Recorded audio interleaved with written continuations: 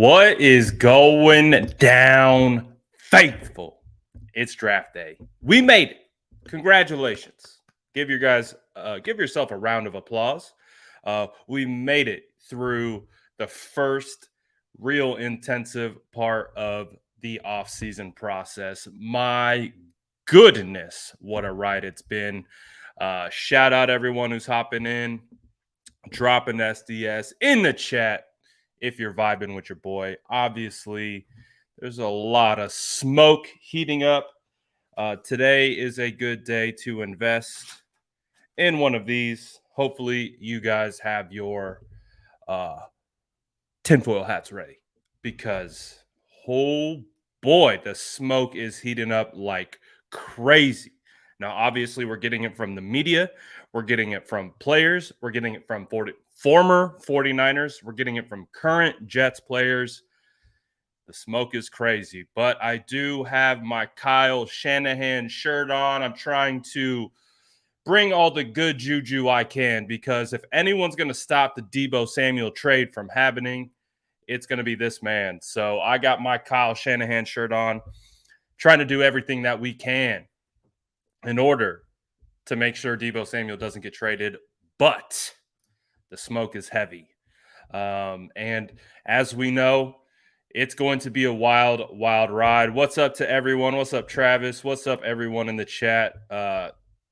We got a wild couple hours headed our way. You can feel the smoke just building and building and building. It's going to be a wild ride. Let's talk about some of the reports. We can get through a couple of them, and we'll try to make sense of them and do all that good stuff. But make sure you smash that like button. Be prepared. Hit that bell for notifications. We are going to be going live during the draft. We are going to be switching up a little bit of how we've done it in the past. Typically, we would stream the entire first round, which, is a couple hours. Without having a first round pick, we are going to be more reactive. So let's say something does happen and the San Francisco 49ers do hop into the first round. Boom, we're going live the second that happens. So make sure you got that bell on. Again, you keep the draft on, turn us up, bring us up, use this as a draft day chat, and we'll just vibe and we'll react to all the things that are going on. So that is how we are going to do it today. Again, a little bit different from years past, but without having that first round pick right now, it leaves a little bit up in the air. Make sure you do what EJ's saying and smack that like button. We got to get it going. Ray says Brad would be drunk if we traded with the Panthers and got Brian Burns. Man, we're getting all kinds of reports. Apparently, the Panthers are still in the Jimmy Garoppolo hunt. The Houston Texans have come on late again. That has always been a spot where I've loved Jimmy Garoppolo. And again, if you haven't heard it yet or you're just catching up, it is being reported per rumors that the Texans could be very, very interested in Jimmy Garoppolo and or Baker Mayfield after the draft. So maybe not a draft day trade for Jimmy Garoppolo, but it does feel like there will be a market for Jimmy Garoppolo once the draft has passed. Obviously, for the San Francisco 49er fans who want to kind of end that particular saga, if Jimmy Garoppolo is traded during the draft, that changes a lot of things.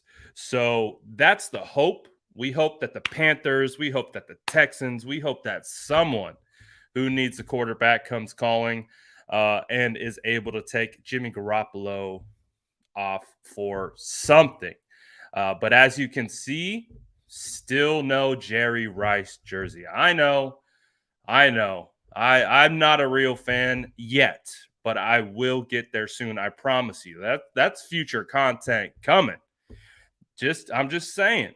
I might not have it yet, but when that day comes, it will be legendary. Oh, I like this one. What up, Doughboys? Ooh, I like that. That's nice. Sourdough Squad in the building. I'm excited, though. I hope you guys are excited because it's the draft, man. This is one of my favorite times of the year, if not favorite time of the year. Now, obviously, this particular year has been kind of hijacked, if you will. Um, you know, we're normally super heavy into the draft, right? But there's been a lot of smoke. There's been a lot of drama.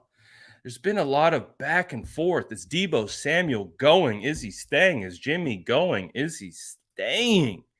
Which one is it going to be? Well, obviously, today, the biggest news in the NFL that everyone will be monitoring is the Deebo Samuel situation. Will he stay or will he go?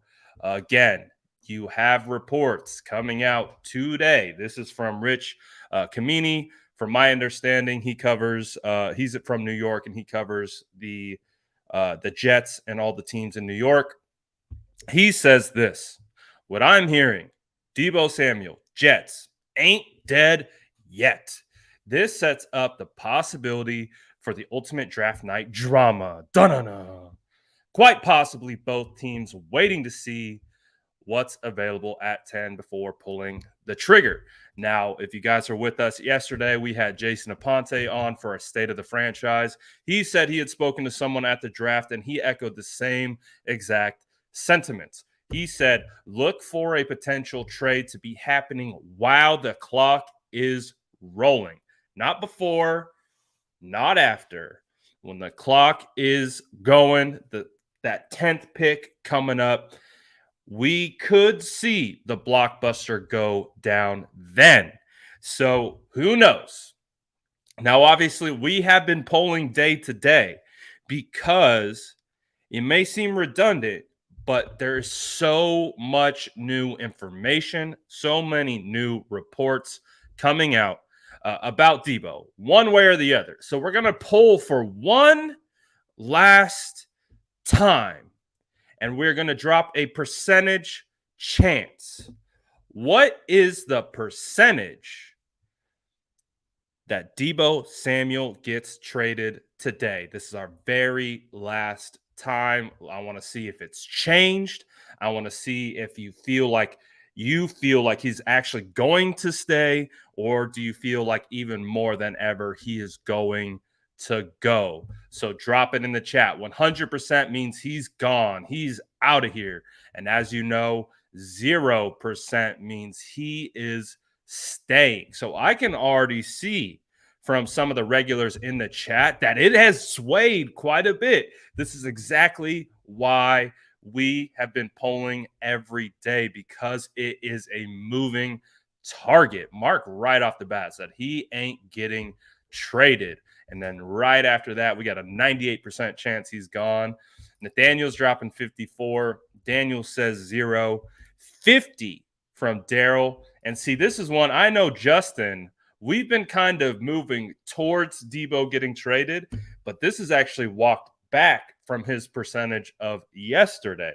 So you can kind of see this is a wild saga that we are on every day. It feels like you're one step closer to Deebo Samuel getting traded, and then all of a sudden you're like, wait, maybe he's going to stay. So Mike's got it at 10%. Daryl at 100, 25 from Cole World. Jago Crazy says 15. Always got to shout out the Sourdough Squad. Appreciate that, Sammy. Carl says 95%. Tyler says 75%. We got Ramon. Raymond, I'm going to say your name like 4 different times every time I come across you. Mark says 10%. Herman says 100. 50% gone. Jesus says 35%. So leaning more towards staying. 10%, 0%. So this has actually walked back from yesterday's live. If we were when we were talking on yesterday's live and we polled the chat was like almost all definitively like 85, 90%. He's gone, but it has walked back now. And you can see some fans are starting to feel like he could stay. We had Ian Rappaport come on to the NFL Network today and essentially report that, hey, the time is running out. The clock is ticking on the Deebo Samuel trade. There's physicals that need to be passed. There are contracts that need to be worked out. Is there enough time that this happens? I don't know, but the clock is ticking, is essentially what he has been saying. And we've heard posturing on both sides. So it's going to be very, very interesting to see what happens. We got a lot of 50-50s. We got 0% chances. We got 90% he's gone. Again, I believe if you say 50%, you're kind of hedging in a sense. You're saying there's equal outcomes, right? There's an equal outcome that he does go. There's another equal outcome that he does stay. So it's going to be wild. Travis is holding down that 1%. He says Deebo's not going anywhere. I know Travis has been saying this for a while. I've said this. I've said this multiple times. I hope he's right. I don't want Deebo Samuel to go anywhere. Again, it's up to this man right here, Kyle Shanahan. He's got to put his foot down, if anything, to say, listen, Deebo, we love you, my guy. We understand you want to get paid. We understand, hey, all right, maybe the negotiation process isn't exactly what you wanted, right? It wasn't exactly how you wanted it to go. But listen, we still have time to get this done. So it's going to be interesting. Again, I see all the percent chances in the chat. It does feel like we've made a significant walk back towards Deebo Samuel staying. So it's going to be very, very, very interesting to see what happens. I thought today what has been pretty interesting, and we'll take a look at it again, is players. If there's anything that I know about the NFL in my time covering the San Francisco 49ers, this team, players talk. And then not only do players talk, but players talk to their family members. Players talk to their friends. Guess who follows me? A lot of friends, a lot of family, a lot of players as well.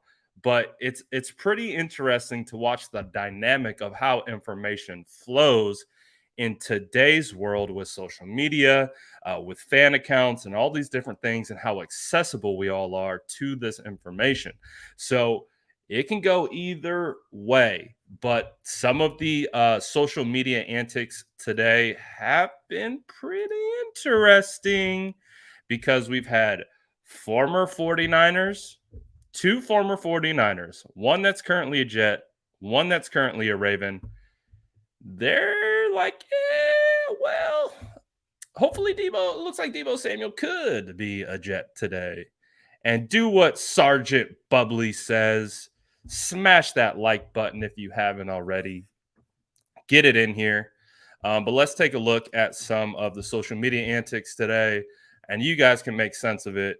But I do want to at least show you and talk about it a little bit. Stream 85 plus channels. Once we get through this particular situation, TV. Try it free. Let's take a look. So this was from the man, the myth, the legend, DJ Reed today. And as you guys know, DJ Reed was a former 49er. The 49ers released him. The Seattle Seahawks swooped him up. And then guess who signed him? His former coach, Robert Saleh. He goes to the Jets. This is what DJ Reed tweeted today. Them boys in trouble. Okay, what does that mean? What does that mean? Nothing? Okay, whatever. It's a vague tweet. It could mean nothing, right? Really, what could that mean at the end of the day? But then you pop over to what he liked right at the time of this tweet, and as you can see, our good friend Crocker posted a video of Deebo Samuel getting after it against the Seahawks, I might add, and he liked that, right? This is DJ Reed's Twitter account. So we get one vague tweet, and at the same time we get the vague tweet, we get DJ Reed liking Deebo Samuel post. Now, does that mean anything? Could mean absolutely nothing. Could be not related at all. Could be just whatever, just someone using social media, right? But hey, it's smoke season, so we got to be prepared for anything, guys. We got to be prepared for anything. Remember, if you have one of these, you try to be able to connect the dots and see through the surface level. We try to see what's under the surface. And so get yourself one of these. These will probably be coming to the merch store anytime soon. Just be prepared. But that is one situation. Corey Soto says, seems less likely 10 is not enough. And I agree. Not 10 in a vacuum is not enough for Deebo Samuel. Also, wouldn't read into tweets from former small-time players. What are they small-time players? Because this man got paid. This man got paid. But let's also take a look at some of the other movement that we got. We got other players coming out saying, here we go. Here we got Justin Jefferson saying, I think Deebo Samuel will be a Jet by the end of the night. Now, is that meaning anything? And we've already talked about this particular tweet from Rich Kamini. But again, it's interesting just to see what the dialogue is here.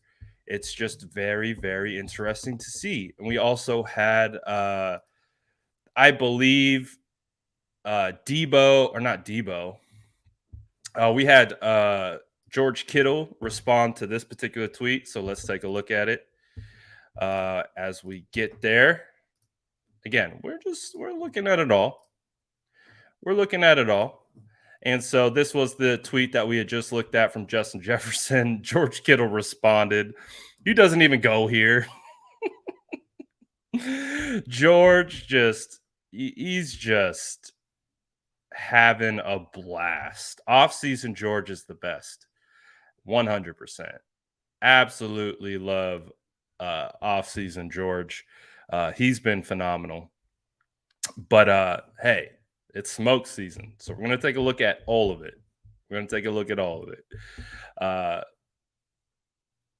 Yep, and we're looking at that right now. And that is the response that George Kittle gave.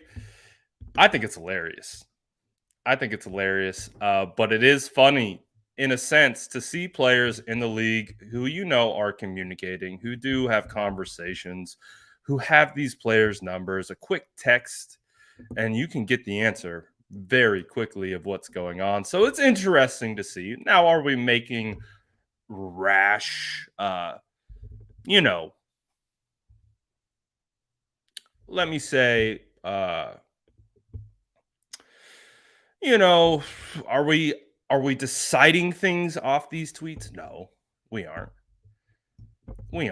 But it is interesting to watch. It is interesting to see some of the conversation with people who are close or close enough and could find that information out relatively quickly. Wild Wave says, I wish y'all nothing but the best. Whatever the 49ers decide to do, good luck in the draft if y'all do select today. Shout out Wild Wave. I like the attitude switch from Wild Wave. Shout out my guy. Thank you. I was looking for the words conclusions, but you helped me out there. Still trying to get these words to funnel in right. But shout out Wild Wave. I know Wild Wave is a Jets fan. We had some fun yesterday, but shout out the man for having a good sense of humor, and we appreciate you, my guy. You're welcome here anytime you would like. So it's interesting. It does feel like this is the day. We will understand, at least at the end of it all, we will have clarity. And that's, I guess, a positive sign, is that we will understand at the end of the draft, at least the first round, if Deebo Samuel will get traded or not. Because I'm going to go ahead and say 2 second rounders, multiple second rounders, second and thirds, I don't think that's enough. That's not enough to get Deebo Samuel. So if you want to get Deebo Samuel, we need that 10, we need 35, and we need 38. at least a first and a second. But if you're not giving us 2 firsts, 49ers are going to need a first and 2 seconds, I believe. So it will be fascinating to see. And think about it from this standpoint. This is a ratings business, right? So let's say you do have a blockbuster trade or something like that. What would drive ratings more than announcing that Deebo Samuel got traded within like the first 30 minutes of the draft, the first hour of the draft? Oh my goodness. So whether it is strategic and or not related, or it could be tied in, I would imagine there is some understanding behind closed doors. So we'll see what happens. Like I said, social media could mean nothing. I'm not necessarily taking any crazy conclusions away from it. But it is going to be interesting to see. Um, what I'm interested in seeing is how fans are going to react if Deebo Samuel stays. I think we can all agree from a talent standpoint that none of us are going to have a problem if Deebo Samuel's wearing red and gold next year, correct? Like, I mean, tell me in the chat, like, if are you going to have a problem with Deebo Samuel after all this back and forth if he comes back and we end up signing him to an extension? Are you going to hold any grudges, any hard feelings, or are you just going to be excited that the saga is over? Screw all the social media drama. We got our guy back. Deebo Samuel's here to go, ready to go. Let's go get that 6th ring with Trey Lance, with Brandon Ayuk, with George Kittle, all that stuff. Or are you going to be a little peeved by that, the way he went about this? So we'll it'll be very interesting to see how certain fans react. Again, I think you're going to get a lot of emotions one way or the other. You're going to get a lot of emotions one way or the other. Um, so I'm going to go ahead and say that I don't think his teammates are going to have problems with it. I think the teammates understand what's going on. Like, they understand this is business time, and when it's business time, hey, it is what it is. You're about your money, and you have to do these types of things sometimes in order to get your money. Clearly, the San Francisco 49ers make it difficult at times in order to get said money. So we have seen, we're seeing a superstar take a bit of a different route in regards to kind of controlling his destiny, getting uh the bag that he wants and deserves. It's just going to be interesting to see who is actually the one giving him the check when it's all said and done. Um, but it's very interesting, man. I've been doing a bunch of different mocks. I've been doing mocks with the 49ers. So this is the trade that I've been mocking a lot. Um, so I've been doing mocks without trades. I've been doing mocks with trades. The trade that I've settled on for a Deebo Samuel trade is I've settled on 10, 35, and 69. If the San Francisco 49ers could send Deebo Samuel, get 10, 35, and 69, I feel phenomenal about that. Let's be honest. Like, losing Deebo Samuel would suck, and it's not something that any of us necessarily want to see happen. But we also understand it's a range of outcome. We also understand that, hey, again, if you're throwing 50-50 in the chat, that means you're like, it could go both ways. And I'm going to go ahead and say, like, I think it could go both ways. I think it could be a situation where when the rubber meets the road and they're about this far away from the deadline of maybe moving him, they're able to kind of get through all the BS. They're able to maybe present him with, at least in good faith, that, hey, listen, man, we're not trading you, but we will work towards your contract demands. We'll see. We'll see. But we can also see on the other side, if they do get moved, that could absolutely happen.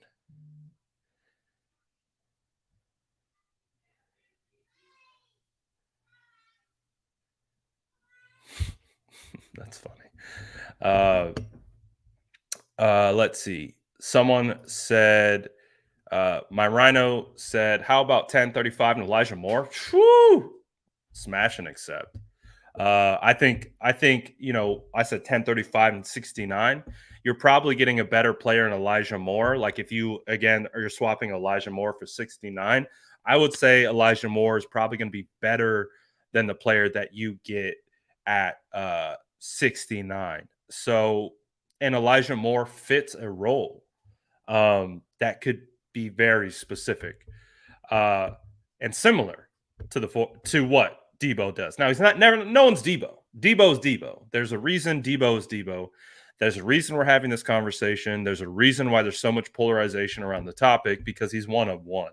And we don't see this happen a ton with one of one players. Now, Elijah Moore would definitely help make the sting less, right? It would be a little bit less. But you give me 10, 35, and Elijah Moore. And so this is what I've been doing in all my mocks, okay? Whether it's 10, 35, and 69 or 10, 35, and Elijah Moore, if I'm getting at least baseline 10, 35, this is what I am doing if I am the GM of the San Francisco 49ers. If I'm getting pick 10 from the Jets and all of a sudden I find myself in the top 10 of this particular draft class, I am instantly putting pick 10 on the block. Instantly. I have zero intention of picking at 10. If I'm John Lynch and I'm working the draft machine and you give me number 10, I'm calling all 31 teams. Who wants this? Who wants 10? Ideally, the thought process there is you drop to maybe 14 with the Ravens, 16 with the Saints. If let's say the Saints want to move up and come and get maybe a Malik Willis who slides out of the top, top 8, top 9. Maybe someone is like, okay, we feel comfortable taking a quarterback here. Again, Patrick Mahomes went in that same category. I see Patrick Mahomes, again, hindsight's much different what we know about Patrick Mahomes, but if you go back to the 2017 NFL draft, Patrick Mahomes was a work in progress. A lot of how they talk about Malik Willis, a lot of how they talk, again, athleticism off the charts, arm strength off the charts. But how will he transition to a pro-style offense? Those questions were very real, and part of the reason why Patrick Mahomes didn't go that high. So you could find a situation. Now, someone's saying Willis is not Mahomes. That's not at all the comparison I'm making. I'm making the comparison of how they are perceived. Again, how you perceive Patrick now is not how Patrick was perceived coming out of Texas Tech. I know. I scouted Patrick Mahomes very much so because, hey, San Francisco 49ers were picking at 2. The 49ers needed a quarterback. So I scouted Deshaun. Deshaun was already one of my favorite players, but I scouted Patrick Mahomes. I scouted all these guys. So I remember the perceptions at the time. There's a reason why Trubisky was the first one that went off the board. And when Trubisky was the first one off the board, no one said nothing.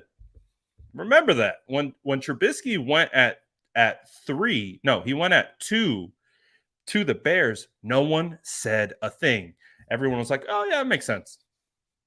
It doesn't make sense now. It doesn't make sense. It's one of the worst picks in recent memory.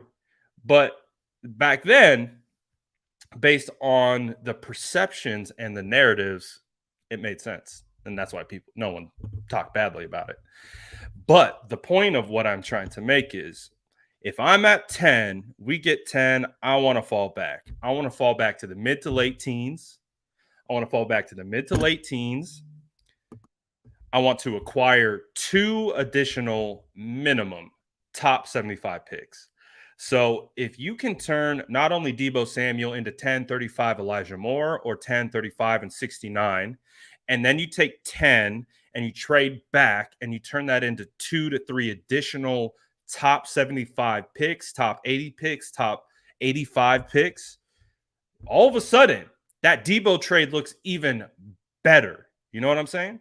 So that's my philosophy. If I'm in that war room and we are talking about trading Deebo Samuel, and that is a potential outcome, I'm doing everything I can to take 10 and move back. Because if I can take 10 and move back at additional top 50, top 60 picks, that's the sweet spot of this draft. You are going to come away with all pros around 50, around 40. That will happen.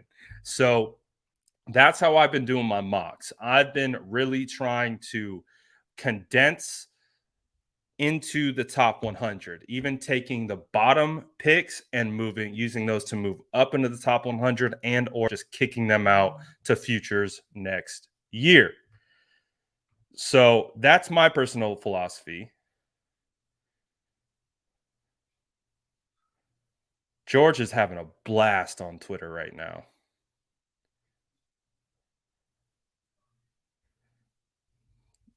Love when George interacts with the people. He's having a blast on Twitter right now. He's trying to make light of it. Shout out George. We can always count on George to break up the seriousness of this stinking sport. So that's good. But hey, if the San Francisco 49ers stay at 61, it's going to be interesting because obviously Deebo Samuel isn't going anywhere. And that would also indicate no trade, obviously.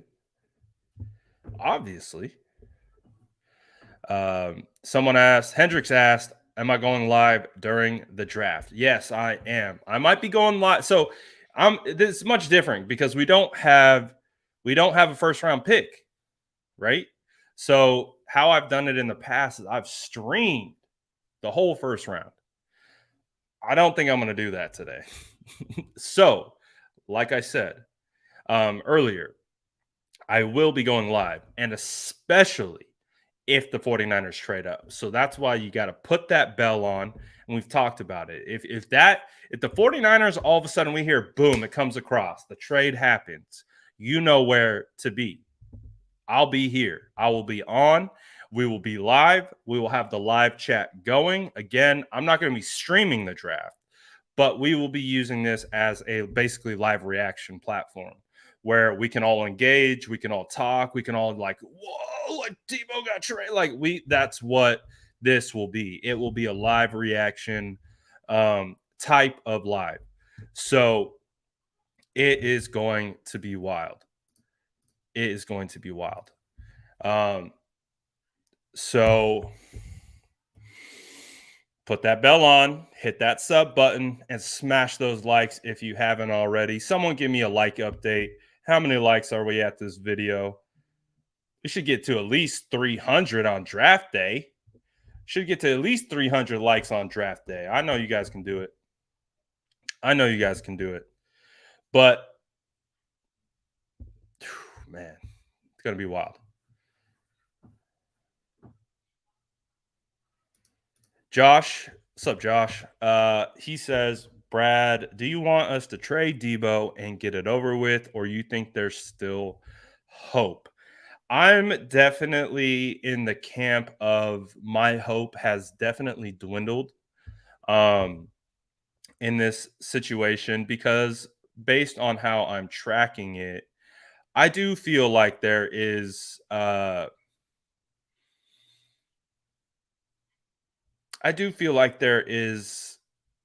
some disconnect.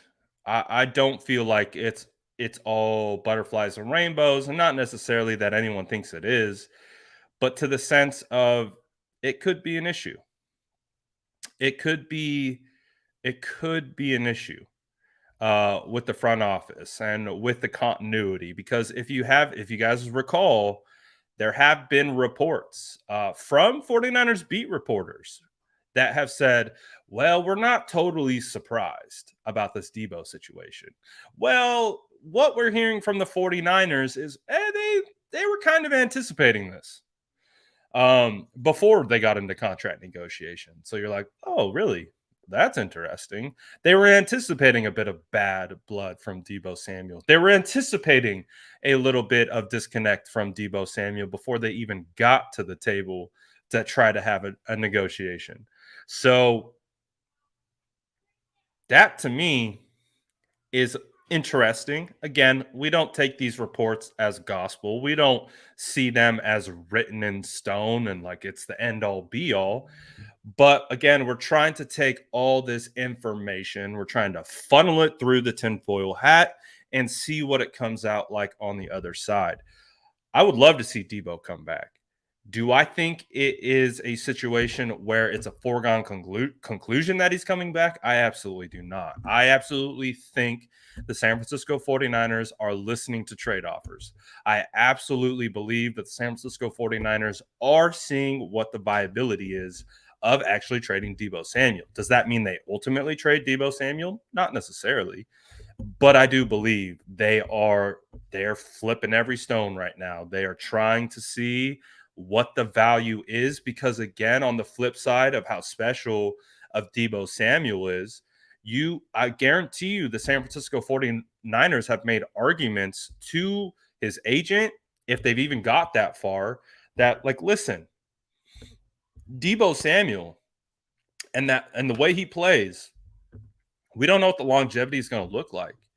We've seen this player have injuries in the past, and we want to keep Deebo. It's not that we don't, but we also have to kind of work through the back and forth of working through all the outcomes of like, okay, if we give Deebo all this money, what happens if this happens? What happens if that happens? Where are safeguards and things like that?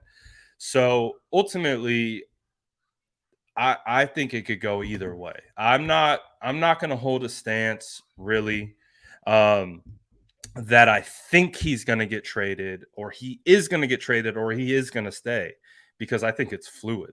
I really believe it's fluid. I really believe Deebo wants out.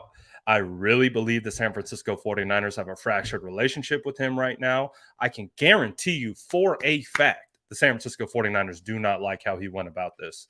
So from that particular thought process and standpoint, I do believe there's a world that exists where Deebo gets traded tonight. I do believe there's a world that exists where Joe Douglas has the weight of the world on his shoulders. He's missed out on every available wide receiver. You had Zach Wilson talking about Deebo Samuel yesterday. You had Zach Wilson talking about how Joe Douglas missed out on Tyreek Hill. Like, if he misses out on Deebo, from a Jets perspective, he's going to get roasted. And if everything, we're hearing lots of rumors. We're hearing lots of rumors about the Dolphins. The Dolphins and the Jets are in the same division. We know Deebo wants to play with Mike McDaniel. That's not even a question. We know Deebo wants to play with Mike McDaniel. If you look at the way the Dolphins are building, why wouldn't you want to go play for them, especially if you are coming from the 49ers? So if the Dolphins are rumored, which they are rumored. You have Dolphins fans all over Twitter quoting sources that, oh, we're getting Deebo, we're offering this, we're offering that. And of course, we take everything with a grain of salt, but where there's smoke, there is fire. If the Dolphins are interested, again, we're talking from the Jets' perspective. If you lose out to Tyreek Hill and Deebo as Joe Douglas, you lost out on Devontae Adams, you lost on Amari Cooper, you lost on all these wide receivers, and you lose two of those wide receivers to a team in your division. Again, you have to kind of channel back a little bit to the way Kyle Shanahan and Sean McVay have talked about their relationship being in the NFC West. We had Kyle Shanahan come out and talk about this in regards to Julio Jones.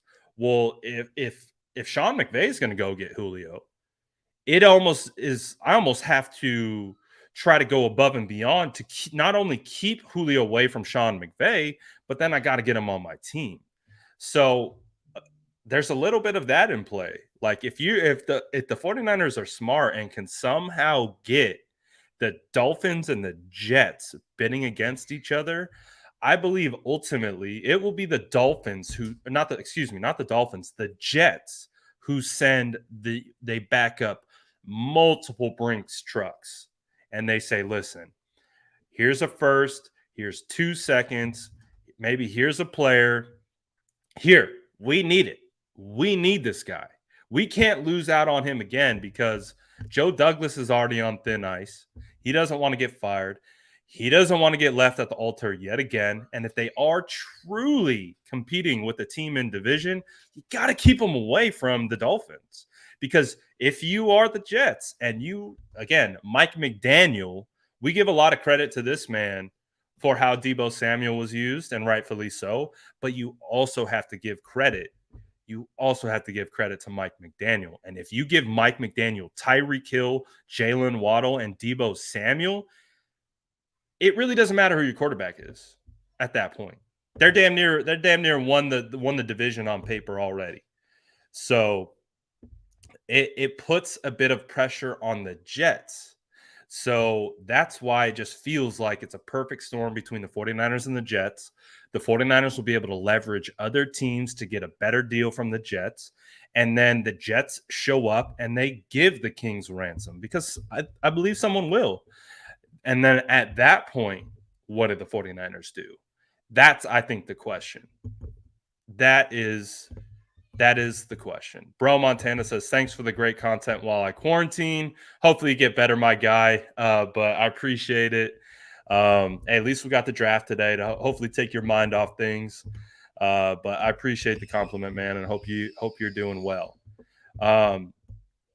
So it's going to be a very interesting situation when it's all said and done. But I believe the 49ers are going to get the king ransom. So then that's the question, right? Is do they accept it? And if you are the 49ers and you get the king ransom and they finally say, here you go. Here it is. Here's the ransom that you've asked for. I've seen Niner by Nature dropping king ransom season. I love this. I've seen Niner by Nature dropping this in the chat. If they get the ransom, do they accept it? I'll ask you that question. Drop it in the chat. If they get, you can hear the background. Yeah, you can hear the background. That's the squad going crazy. They're hyped. They don't want Deebo to go. They're like, no, don't go, Deebo. But again, the question is, if you're John Lynch, if you are the San Francisco 49ers, and they get the ransom that we've been talking about, do they accept it? And that is where I believe the question lies. Not if it's going to happen. I believe they're going to get it. I believe someone will come to the table and be desperate to get Deebo. Desperate to get Deebo. But it's up to the 49ers ultimately to decide whether to smash accept or say, nope, Deebo's ours. You can give us the world. Deebo's ours. You can't take him from us. So that is the question. And then in that situation, with the way Deebo's handled this, I can tell you straight to your face that the San Francisco 49ers front office doesn't like how he handled this. So understanding that, they don't like it. Right? They don't like it. This isn't how you go about negotiation, because clearly he's trying to force his way out. He's not worried about staying. He wants to go. So he's made it abundantly clear he wants to go. It's deeper than we all understand. There's clearly other issues. So if that's the case, Deebo's gone. If they get the haul, I believe Deebo's gone, because all this, like, again, I believe that there have been players in the past that have quietly asked to be traded behind the scenes and they got their wish, but it never became public. This situation has been a disaster. A disaster. It's not how you handle negotiation. So in that sense, of not being able to just the whole process by principle alone, and you get the haul, you already don't like the principle of how it's gone down, and you get the haul. It's hard for me to see a situation that exists where the 49ers turn it down. Maybe if things were quiet, right? And, hypothetically, we didn't have 2 weeks to talk about this every single day and analyze every single bit of social media, this and that. And what is this? What does that mean? What's this? What that? Why did he say that? Why did he like this? Why did he delete that post? Why did he do this? Why did he, if that wasn't happening, I would actually believe Deebo's not going anywhere if he quietly asked for a trade, because I think the 49ers would be able to get it done. But when you do what you do in the public, we've already seen a lot of the fan base go crazy. Again, we saw what happened when he scrubbed his Instagram. And you'll hear this concept from a lot of fans. Well, it's the fans' fault he wants out. My guys, he had requested a trade, and the 49ers knew he had wanted a trade 1 to 2 weeks before it became public. Before on this channel, we, unintentionally busted it wide open. So that being said,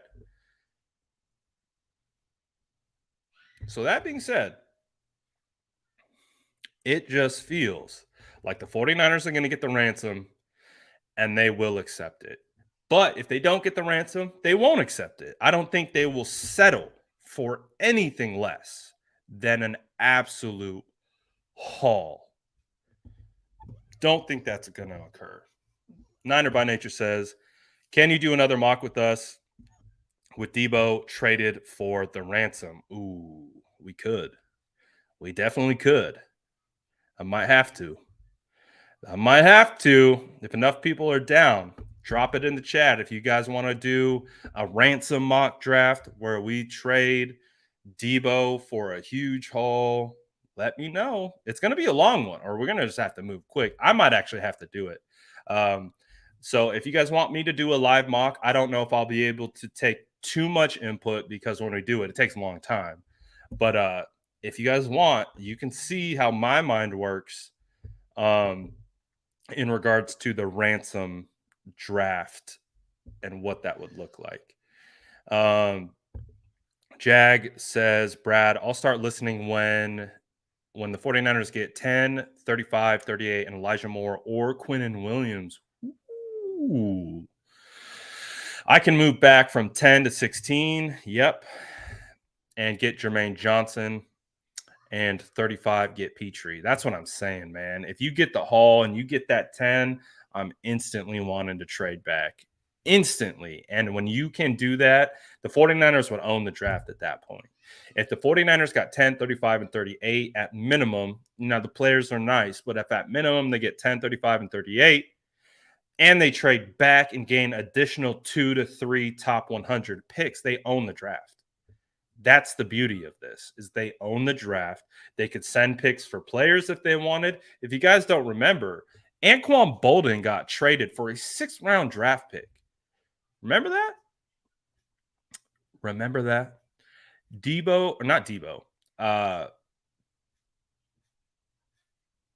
see a lot of people want the ransom mock. Ransom mock. We might have to do it. We might have to do the ransom mock. Okay. Look what you started, Niner by Nature. We might have to do it now. Oh, we might have to do it now. I see it. They want the ransom mock. All right. We'll do the ransom mock. We'll do it. We'll see what happens. All right. Hey, we are democracy here. We listen to the people. The people want it. All right. They want the ransom mock. First of all, what you have to do if you want the ransom mock. Oh, hi. Hi. Hey. Your brother and sister are doing a really good job watching you. Do you want the ransom mock? Do you want the ransom mock? Hey, come here. Skip, come here. Come here. Come here, come here, come here, come here. Do you want the ransom mock? Should we do the ransom mock? Yes? No? Maybe? So shout out my babysitters, my other kids. They're doing a great job. Okay, bye. Bye. Hey, you go with Roman and Reese? Yeah. Thank you. Wait, don't take my hat. Can I have my hat? Can I have that? Thank you. You go with Roman and Reese? You go with Roman and Reese? Thank you.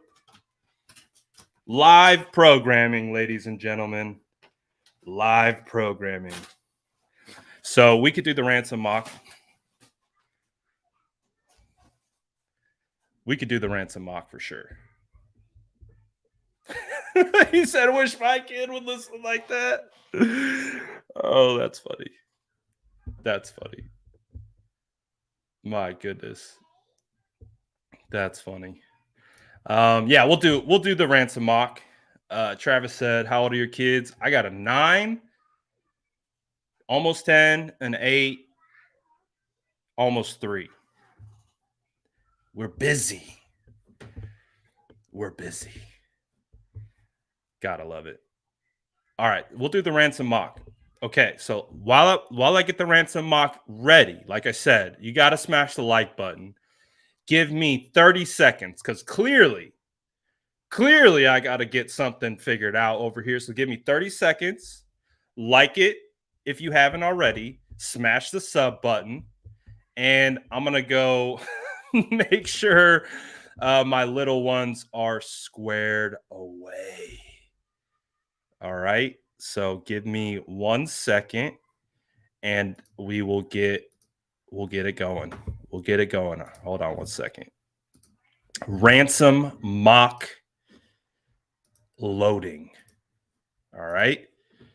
Ransom mock loading. I'll be right back. I'll be right back. Give me 30 seconds. Give me 30 seconds. Ready. Go.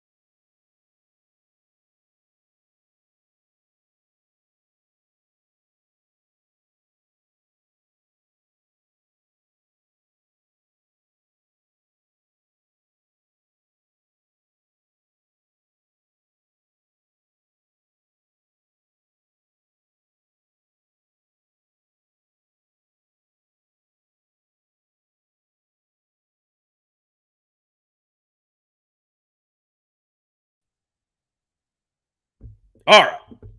We're back. Sorry, guys.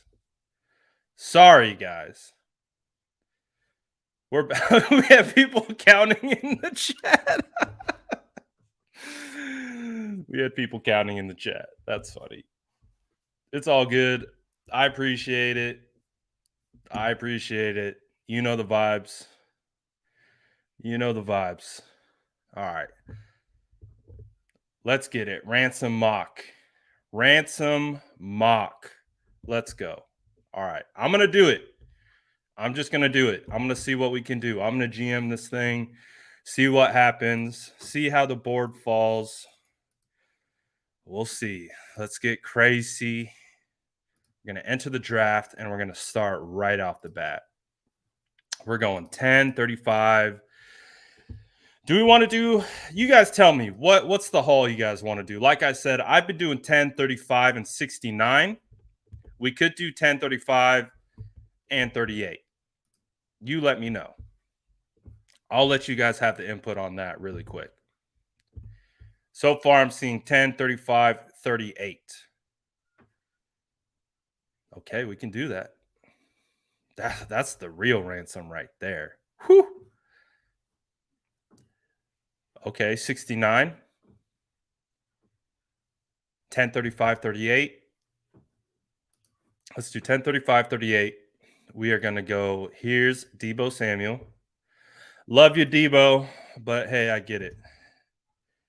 I get it. Might not want to be with the 49ers much longer. Okay. This is the opportunity where the Jets give the San Francisco 49ers that king ransom. That's why we're calling this the ransom mock. And so, hey, I would be okay with this. You give me 10, 35, and 38.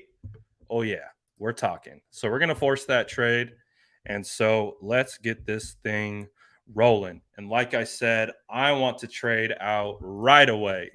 And let's see who we want to trade with. Now, the Ravens could be a potential option. I honestly don't know if I want to go any further than 16 and or kind of the 18 category, which I'm going to stick here with the Ravens. Now, the Ravens could move up for multiple different reasons here. Shout out Deebo Samuel. That's hilarious. I'm trading back because, like I've said, this is how I would do it. If you can give me 10, 45, or I'm sorry, 14, 45, I'll give you 10. Maybe we throw in 110. I'll kick back. What can I kick back?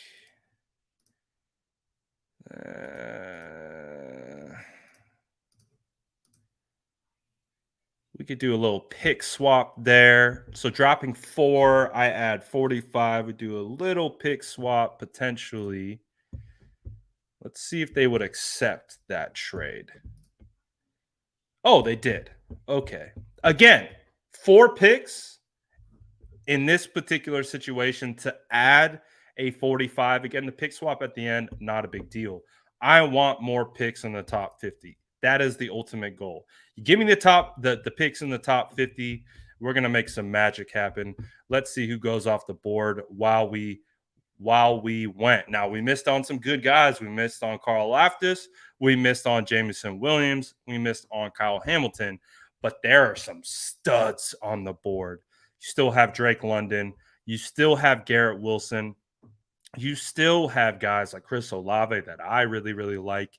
But with this particular selection, and if the board were to fall this way, I feel really, really good here. I feel really, really good here with who's available. And with the available talent, we could go for straight need with Linderbaum at center. But you guys know I like a lot of centers that can be had later in this draft. So I'm not going to go there yet. So do we go straight swap, wide receiver for wide receiver? Deebo's now officially gone. He is to the Jets. So that means we need additional help at wide receiver. So with that being said, and if Garrett Wilson is on the board, it's not much of a decision for me. I do like Drake London a lot. I see so much of Mike Evans with Drake London, and that could be potentially a fit with the way Trey Lance plays. But I like the dynamic ability of Garrett Wilson, what he can do in this offense. He can be a guy who can do a lot of different things, play behind the line of scrimmage, be a deep threat, can play over the middle. He can do a lot of different things. So I'm going to go right off the bat. I'm taking Garrett Wilson. And so now we're going to see how the board falls because now we have a lot of things to do here. We can go in so many different directions. You can see there is still so much talent on the board. This is exactly why I would trade back, try to stack as many top 50 picks as much as I can. As much as I can. So now with this particular situation, I'm now going to address the offensive line. When I look at the offensive line, there's a lot of questions. The positive about having a guy like Brunskill who can play multiple positions, he can kick inside the center, he can stay there at right guard. So I want to get another guy who has position versatility. Uh, that's what I'm looking for. I want to see a guy who could potentially play left tackle, left guard, or even center. So, as a result of that potential thought process and the fact that he's even here, I am running to the podium to get Kenyon Green out of Texas A&M. And just, oh, look at that. We're right back on the board. Look at that. We're right here back on the board. And we could go in a lot of different directions. I'm in heaven. Garrett Wilson. So already you are able to move Deebo. You get a potential replacement, arguably one of the best wide receivers in this class. You're able to do that with a trade back. Then you're able to get one of the biggest steals in the offensive line who can play tackle, who can play guard, and even play center if you wanted him to. Now the board is open. We can do a lot of different things here. We can add another wide receiver. We can add edge. We can go safety. We go wherever we want. Because also we have a pick coming up at 45, so we can also play the board even more. But you know what? I really like George Odom. I like what he brings to the table. I think he could be a potential starter in this offense or defense, I should say, especially with how much he got paid. But also with the 49ers, they love to run a 3 safety rotation. They love to bring one safety down into the box, have 2 safeties play high.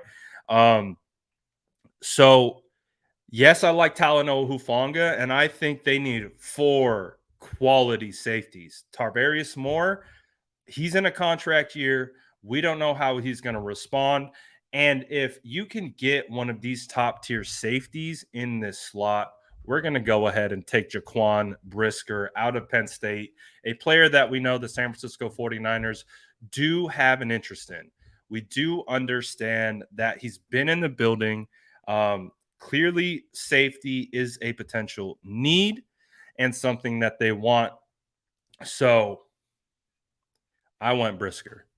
So now we're at pick 45 right now. We're at pick 45 right now. We have taken Garrett Wilson, Kenyon Green, and Jaquan Brisker. Grade that draft already. Just grade it. If the San Francisco 4, and this is without Deebo Samuel, so obviously we've lost Deebo, so that hurts a little bit. But we have leveraged Deebo Samuel into Garrett Wilson, Kenyon Green, and Jaquan Brisker. And now we have arguably, we could get one of the top level edge rushers in this class.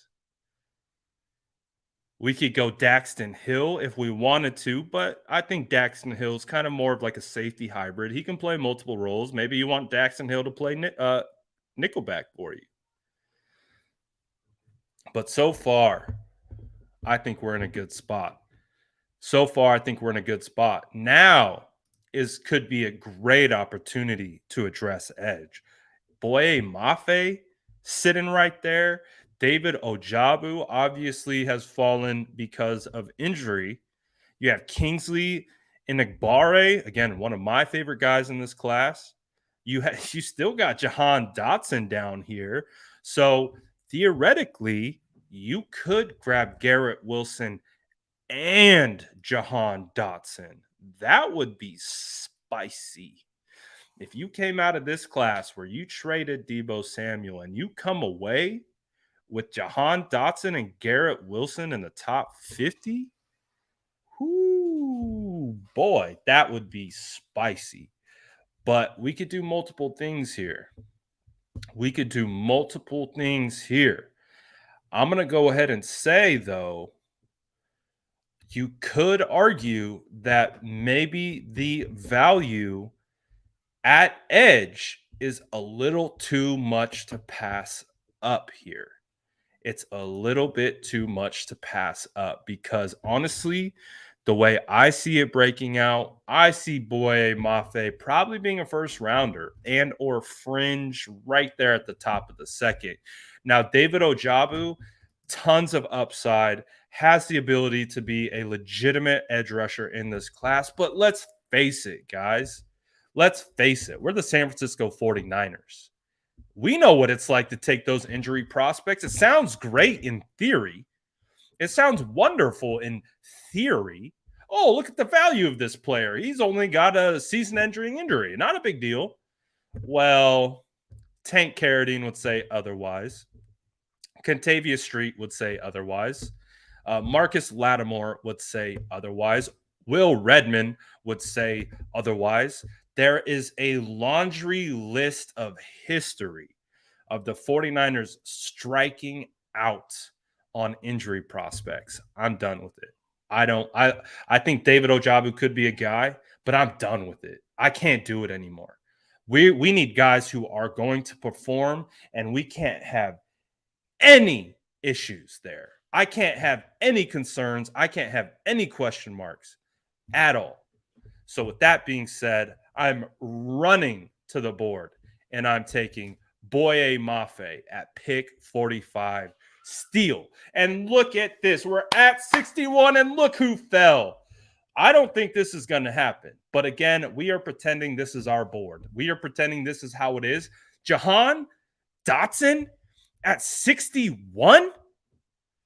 This is why we went edge. This is why we went edge, because we have to see how the board falls and we have to see how it goes. And with this particular instance, Jahan falls to 61. I'm not even going to poll the chat. We're smashing that. We are smashing Jahan Dotson. Whoo! We're cooking with gas. So let's do a little bit of a recap. Let's do a little bit of recap what we did here today. We traded. This is the ransom draft. Remember, this is the ransom mock. So we went crazy. We traded pick 10, 35, and 38 for Deebo Samuel. We then took pick 10. We dropped back 4 spots and added pick 45 and did a late round pick swap. It was like a 5-pick swap. It wasn't really matter. It was more of a sweetener at the end. We are still able to take Garrett Wilson at 14. We get to 35, take Kenyon Green, is one of my favorite prospects in this class. Again, he could play tackle, guard, or center, and he's a stud. Scheme diverse, tons of length, tons of power, tons of speed. I'm loving it. If the 49ers come away with Kenyon Green, I'm hyped. Then we add Jaquan Brisker at pick 38. So essentially, we turn and let's keep going. And 45, Boye Mafe. So would you feel much better about Deebo Samuel if you turned Deebo Samuel into Garrett Wilson, Kenyon Green, Jaquan Brisker, and Boye Mafe? Let's be honest. Those are 4 studs. Now, yes, Deebo's a stud. Absolute stud. But if you took Deebo and you turned him into those 4 prospects, give John Lynch GM of the Year award or whoever's calling the shots. Whoever's calling the shots. That would be an insane haul for Deebo Samuel. You could have all those guys could theoretically turn into players. Get Jahan Dotson that falls to us at 61. We're cooking with gas, baby. And now we are here at 93. Now, my son, I have been trying to figure out in these ransom mocks that I've been doing, how do I get D'Angelo Malone? And unless you're trading into this early kind of 80s slot in this mock draft simulator, you're not getting D'Angelo Malone. That hurts my heart a little bit, and it hurts my heart that the Cardinals took him because I would absolutely hate to see that. But I get it. And we went Boye Mafe, so it's not a big deal. Okay, so let's look at this from a conceptual standpoint. Here's the board. You still have a lot of good players available. But let's go back to the construction of the offensive line. I took Kenyon Green to compete with that left guard spot. And honestly, I think he's such an immense talent. He could win that spot over Aaron Banks. We just don't know. But I want competition at that position. Oh, Buzz, you back? Yeah. Thank you. My little one just came in to show me his Buzz Lightyear toy. So I love it. Good stuff. What was I talking about? Kenyon Green. So I'm getting Kenyon Green to kind of lock in for that kind of left guard spot. You get me Kenyon Green in that left guard spot. I like it. He could play tackle if we need to in a pinch. He could. Or he could kick down to center if we needed to. But look who's on the board. Look who's on the board. My son. My draft son is on the board. Good old beef jerky. Oh my goodness. Now conceptualize this offensive line. Now I get it. There's two rookies. But you get Trent Williams, Kenyon Green, Cam Jurgens, Daniel Brunskill, Mike McGlinchey. That's kind of fire. I like it. And you have a quarterback who can move, who can get out and escape the pocket if he needs to. It's not going to be pretty, I would say, probably in the first half of the year. But you make your way out the second half of the year. And we saw that with last year's offensive line. It took them a little while to gel. It will take this offensive line a little while to gel. But after you get through a first couple of those road bumps, a couple of those early games, could be cooking with gas. So I love the pick. And now we are on the board at 100, and we still have plenty of picks. Again, this is my ideal scenario. We have taken 2, 3, 4, 5, 6 players in the top 100. And we haven't even taken pick 100 yet. That to me is an ideal scenario if you move off of Deebo Samuel, is that you own the first 100 picks and you're able to move and go up and down, side to side, all over the place. So now let's look at the board. We've done a phenomenal job here. We've addressed wide receiver twice. We've grabbed a starting caliber safety.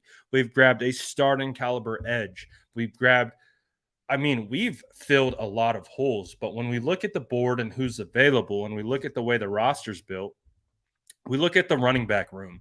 We look at Elijah Mitchell. We love Elijah Mitchell. Elijah Mitchell proved to be able to be a phenomenal player. But who do we have outside of Elijah Mitchell? Are we going to rely on Trey Sermon and his development? I don't know. They traded up to get him in the third round. They spent a lot to get him. And I don't know if he's the player that they necessarily wanted to see. We'll find out if he can take that next step this next year. But JaMycal Hasty? Do we believe enough in JaMycal Hasty to be that guy? Because if you remember that we had a third down back role and JaMycal Hasty filled it. Let's be honest. I like JaMycal Hasty, but I don't think he's putting fear into any opposing defenses when they roll out JaMycal Hasty in third down sets and they have him to the right or to the left of Trey Lance in shotgun formations. So that has been a target and a position that I've been trying to upgrade all offseason. Third down back. Who's it going to be? Who's going to be that guy that can be a weapon, not only as a running back, but as a wide back? James Cook is phenomenal. The fact that he's here, steal. Don't even have to think about it.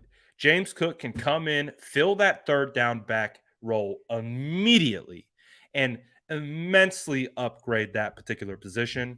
And now the San Francisco 49ers have a somewhat formidable running back room with Jeff Wilson, Elijah Mitchell, Trey Sermon, James Cook, and then you can probably kick JaMycal Hasty down to the practice squad. So you can get Cook. Ooh, we're cooking. So now at this point of the draft, we can start thinking about trading out.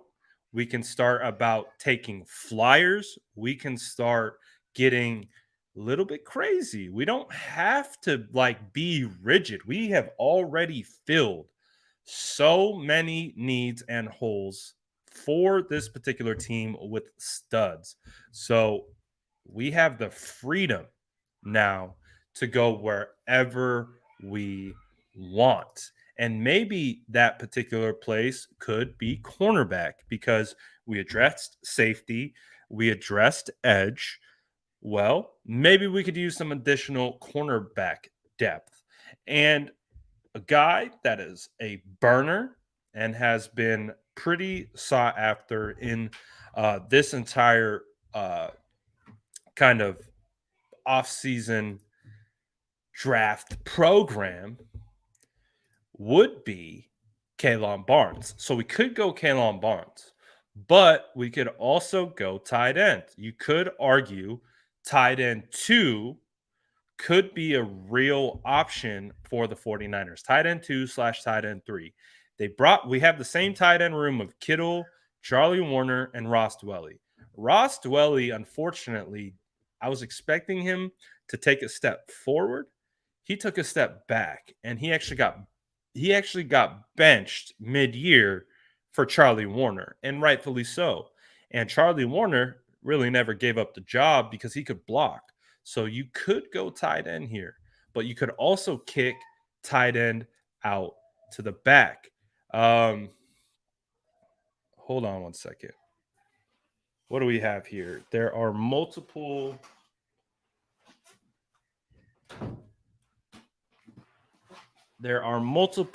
offers on the table for Deebo Samuel. Let me see what this is about. So this is from Tom Palacero. There are multiple teams that have tried to engage with the 49ers. They've had multiple offers, including the first round picks and more. 49ers just don't seem inclined to engage, at least not at the same compensation point as the Tyreek Hill deal or the Devontae Adams deal, which I agree with. Yeah, not really news. Okay. So we could go in multiple positions here. We could go cornerback. We could go tight end. Tight end, you could probably grab a tight end a little bit later. So I'm going to go ahead and grab cornerback, and we're going to go Kalon Barnes here. So we take Kalon Barnes, and now let's see what tight ends potentially could be available here at 172. Unfortunately, they went. They went bye-bye. Let's see who went. We lost out on Charlie Kohler. We lost out on Chig. We lost out on Daniel Bellinger. I think Daniel Bellinger could be a sneaky fit for the 49ers. I would not be surprised if when the draft rolls around, Daniel Bellinger somehow ends up on the San Francisco 49ers. I know a lot of people like Chig out of Maryland, but would not be surprised to see Daniel Bellinger on the 49ers in real life. So we went cornerback. And now this is where we are. Let's see. Where do we want to go? Maybe this is a great opportunity to actually start trading out because we already have so many freaking players. We already took a ton of guys. We got 1, 2, 3, 4, 5, 6, 7, 8 players. We've already drafted 8 players. So maybe this is an opportunity right here that we go and we start getting out and we start moving. And so if I can get Detroit Lions to give me 2 future 6th-round picks for 172, I'm not necessarily feeling terrible about it. It's almost the 6th round, so it's almost equal value. Typically, when you're trading into futures, you kind of want to get a draft. You kind of want to get a round above. So if I'm trading a 5th, I kind of want to get a 4th. But this is a late 5th. I don't know if they would give us that, and it doesn't look like they would according to the trade simulator. But I'll take 2-6. I'm okay. I don't think I need this pick here because to be honest, we went crazy already. So I want to get some futures back into next year again. You can see we don't have any 6th-round picks in 2023. So if we did go this route, all of a sudden we are able to inject 2 6th-round draft picks into the 2023 draft. Might not be the best. It looks like I can even add on a little bit more somewhere else. So we'll add on the 7th. Why not? And we'll take it. Let's go. Took 172, turned it into some futures. Again, we have so many picks. We have to start being strategic now in how we want to manage this. So now looking at the board, we could go, we're taking flyers now. Maybe we go tight end and we go Jake Ferguson, who's going to be a decent prospect. We go with my boy, the offensive weapon, Connor Hayward, Marquise Bell, who I love. I think he's going to be a player. He's a bit raw, but I think he's going to be legit. You got Abram, you got Lucetta. We could go in a bunch of different places. So, what are you guys thinking here? Niner by Nature says, get a bruiser back. Do we have those guys available? We have Brian Robinson available, who I've heard rumored to have some interest from the 49ers. We could go Haskins here potentially if we want to add another running back. We could go Haskell Garrett. I like this pick here. I think that's good value. And again, you're injecting more youth and depth into the defensive line. Now it's one of the deepest positions on the entire squad. Or maybe we go a little bit of tight end. Very similar stats to George Kittle. Graded out nicely. Clearly played some big slot snaps. He has a decent amount of inline snaps. So he is a guy that could be a need or a fit for the 49ers. So we could go that route as well. So what do you guys think? What do you guys think here? Any interest in any of these picks? I'll let you guys take a stab at some of these later round prospects. Anyone sticking out to you? Might need that camp arm. Is it too early to go with the camp arm? Brock Purdy's not bad. All right. I'm gonna go on record right now and saying I actually think Brock Purdy. Now he might not. I don't think he's going to be starting quality, but backup quality, I think he could be. I think Brock Purdy got some Nate Sudfeld in him. Oh boy, the kid's going crazy. It's going crazy. It's definitely nap time. But I kind of like Fergie. I'm going to make an executive decision. I'm going Fergie. I want some competition in that tight end room. I think Ferguson has potential to be a solid pick. So that's where I want to go. And again, we have so many picks. Get me out of here. I'm going to give you these 2 7ths. You give me 5th? No, they won't do it. Give me 6 and 7. How about a 6 and a 6? No, won't do that. How about a 6 and a 7? No, won't do that. Let's see. Will you do that? Oh, they did it. All right. Get me out. We already have so many picks. We cannot draft all of the, and we're at the point. I do want Mr. Irrelevant, though. I do want Mr. Irrelevant. And now we can pick whoever we want. Do you guys have anyone that you like in this area? I like Chase Allen. I like actually both Allens. I think Chase Allen is going to be a more he has some receiver tight end in him. He's not an ultimate blocker, but I would say Austin Allen is like a pure white. Like he's really a big slot. So let's go. Ooh, someone said Hayward. Ooh, is he on the board? I would definitely go Hayward if he was there. I think he went already. You give me the offensive weapon. Connor Hayward. Yeah, he went to the Jags. So we got a tight end. We don't really need any specialists necessarily. I wouldn't necessarily want to draft one of them. 49ers are going to need a camp arm. They are going to need a third string quarterback because, again, we don't anticipate Jim being on the roster. Ooh, why is he? Why is he so low? We're going Chase Lucas, and not even a question. I don't know why he's so low. But this is our ransom mock draft. We did it. Shout out to Niner by Nature for convincing us to do the ransom mock. Again, I think you're going to be able to grab a quarterback off the free agent market. But dude, we killed this thing, man. A-. We killed this thing. I ain't going to lie.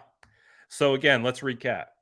We traded Deebo Samuel. We turned Deebo Samuel into 10, 35, 38. We then took 10 and we turned it into 14, 45, and we did a little pick swap, only 5 picks, but not a bunch.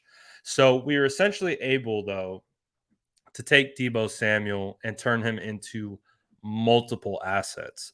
Those assets wound up being Garrett Wilson, Kenyon Green, Jaquan Brisker. I don't know why PFF doesn't like him right there. We got Boye Mafe, Jahan Dotson, Cam Jurgens, James Cook, Kalon Barnes, Jake Ferguson, Chase Lucas. And then we were able to get 5 future picks by trading 3 of our picks. So again, if I'm the GM of the San Francisco 49ers and someone's going to give me the ransom, if someone's going to give it to me, I'm probably going to take it. And then I'm going to flip that even further. I'm going to flip it even further. So what do you think about this draft? Does it deserve an A- that it got? Maybe a B, B+? What do you think? Do you like the concept of trading the ransom for Deebo, but then trading back? And again, I hope you can kind of see my thought process here of why I want to trade back, because I do think there will be someone who wants to trade up a couple spots to get someone who's sliding. And that gives the 49ers tons of flexibility by being able to add additional top 50 picks. And then at 61, you are able to take BPA at this point. You got the wide receiver, you got the interior offensive lineman, you got the safety, you got the edge. You just eradicated most of your major needs in the top 45 picks. Then at 61, you can literally go whoever you want. You could literally go BPA from the rest of the draft and just fill it out how you see fit. I love this. I love this. What are you talking about, Travis? All these mock drafts are real. These mock drafts are accurate. I can guarantee you, John Lynch, I can guarantee you, Kyle Shanahan, I can guarantee you, Adam Peters are sitting around the draft. They're in the draft room right now. I bet someone texted him and said, hey, Brad's doing a ransom mock. Throw it up on the big screen. So I guarantee you right now, as we sit, they're not talking trade. They're not going through prospects and changing the board. No, they got the mock on the big screen and they're like, this dude's spin. They're like, this dude's spin. Like, this makes too much sense. This makes too much sense. They're like, you know what? We're going to copy this. We're going to copy this draft pick for pick. Guaranteed right now. Kyle's like, look, he's even wearing me on his shirt. They're hyped right now.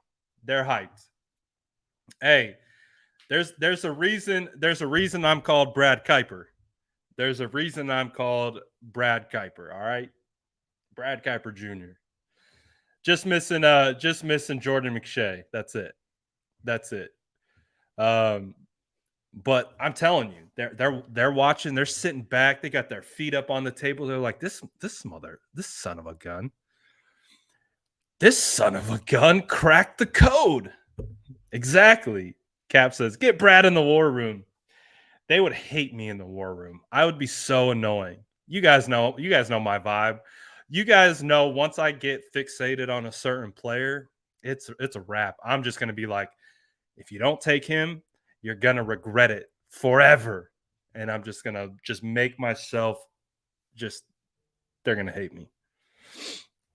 So this is the ransom mock. This is kind of the way I have been, again, conceptualizing. If I'm the GM, I am trying, again, the concept doesn't mean it's going to play out like this at all. But if you can get the ransom, I'm then taking that ransom and I'm trying to turn it into more picks. I'm trying to turn it into more situations. D'Lo says, Schefter said, an NFL exec said that this is the craziest draft in 30 years. Exactly, because this is what the 49ers are going to do. This would be one of the craziest hauls of all time. If they were able to get this done, if they were able Again, I don't think Jahan Dotson's falling to 61. I don't think Boye Mafe's falling to 45, but it would be a lot of fun. It would be so much fun. Niner by Nature said, any Deebo updates? Let me do a quick look.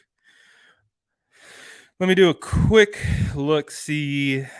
I'm going to check the DMs, see if anyone hopped into the DMs.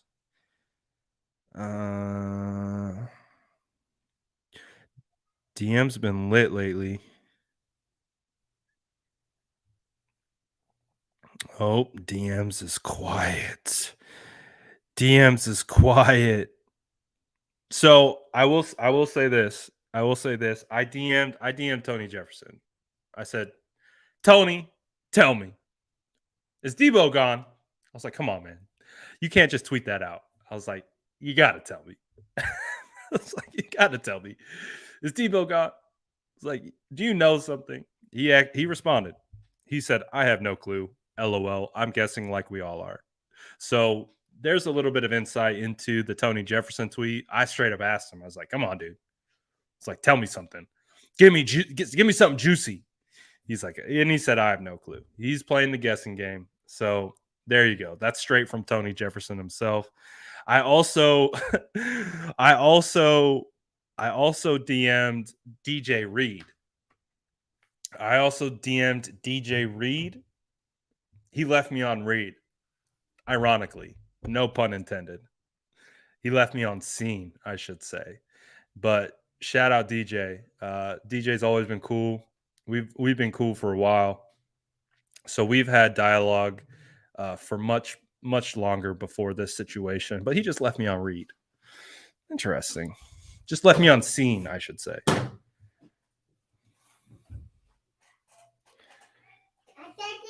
Yeah? Yeah. What do you want from me? Go like this?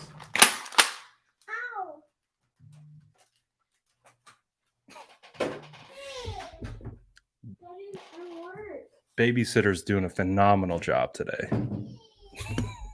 They're doing so good. I don't think I've ever been interrupted as many times. But hey, we keep going. We do not stop. We do not stop. The show must go on. The show must go on. But you hear the screams. You know what that means. That means I got to kick into daddy duty. I've tried my best. Tried my best to keep the show rolling. But I think it's time. We got in so I'm not really seeing a ton of updates other than the one that Tom Pelissero just dropped. But to be honest, he said that a while ago. It's just getting circulated now. So it's going to be interesting. Oh boy.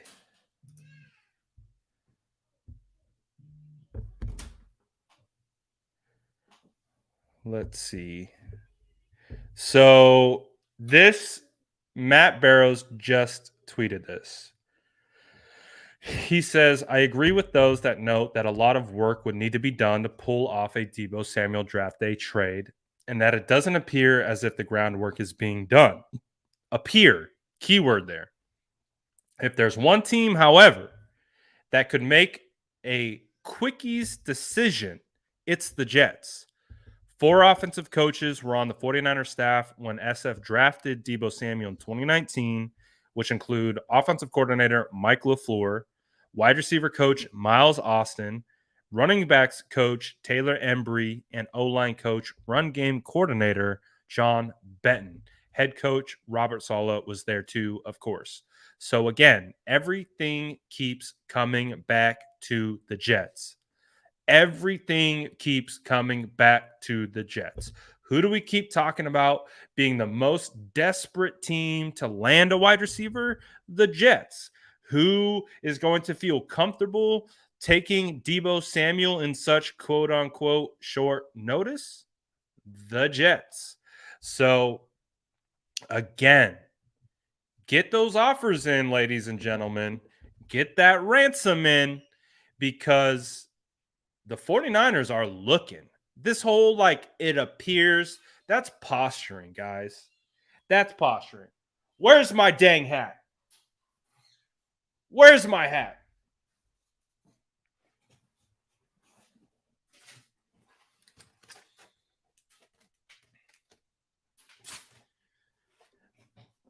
This is posturing season. This is posturing season. Oh, the 49ers aren't doing anything. They're not appearing to want to trade Deebo Samuel. They're just going to keep Deebo Samuel. No one is getting anything done with Deebo Samuel. I have the hat on, guys.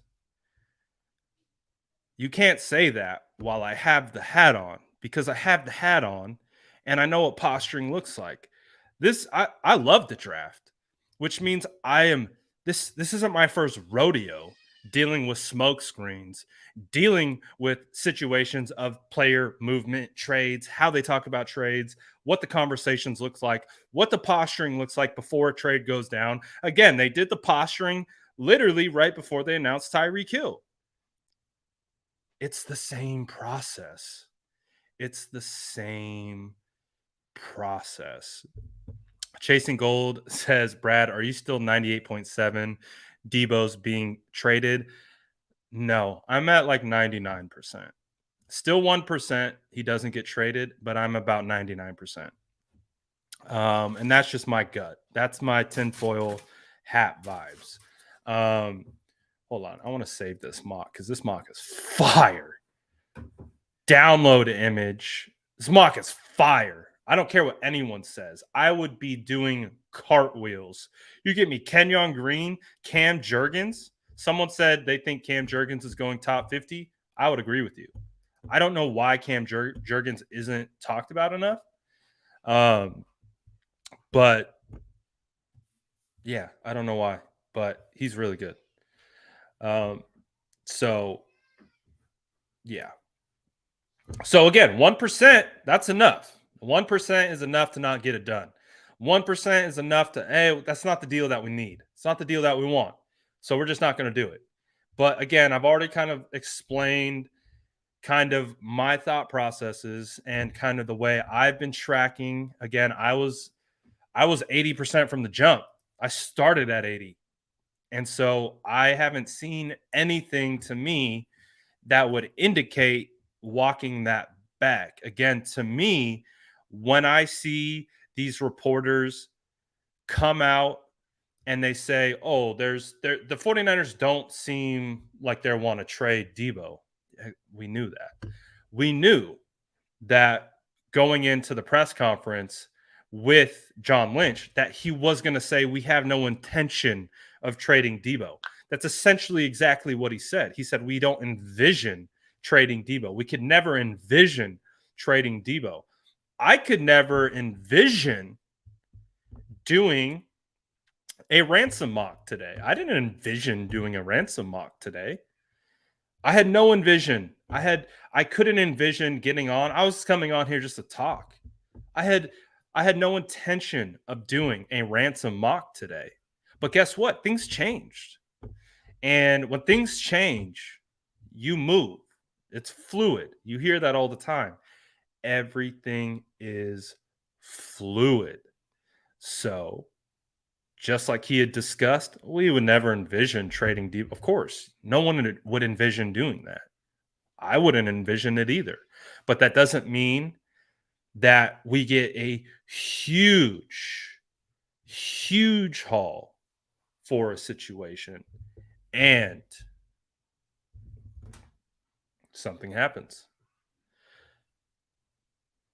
We're getting mod call outs. Ooh. DJ saying these two for mods, Ellis 10 and Niners by Nature. Ooh, those are great candidates. Those are great candidates. Those are phenomenal candidates. Now, see, this is the thing. We have a lot of mods. So I have been very cautious about adding additional mods. So I have been in more of a chill mode, but I also love both of those options. I love both of those options. So you could be onto something here. Do we have a ceremony right now? Do we have a ceremony right now? Do we do it in the spirit of draft day? Do we do it?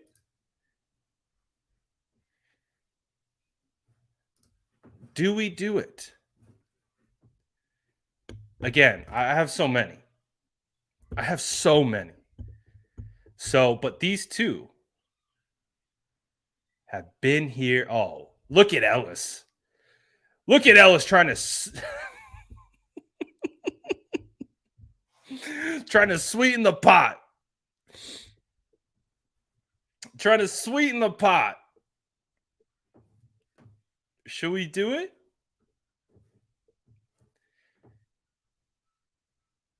Should we do it? We got so many mods, man. We got so many mods. Oh my goodness. All right. But I can't do more than two, man. I can't do more than two. I can't do more than two. We have so many.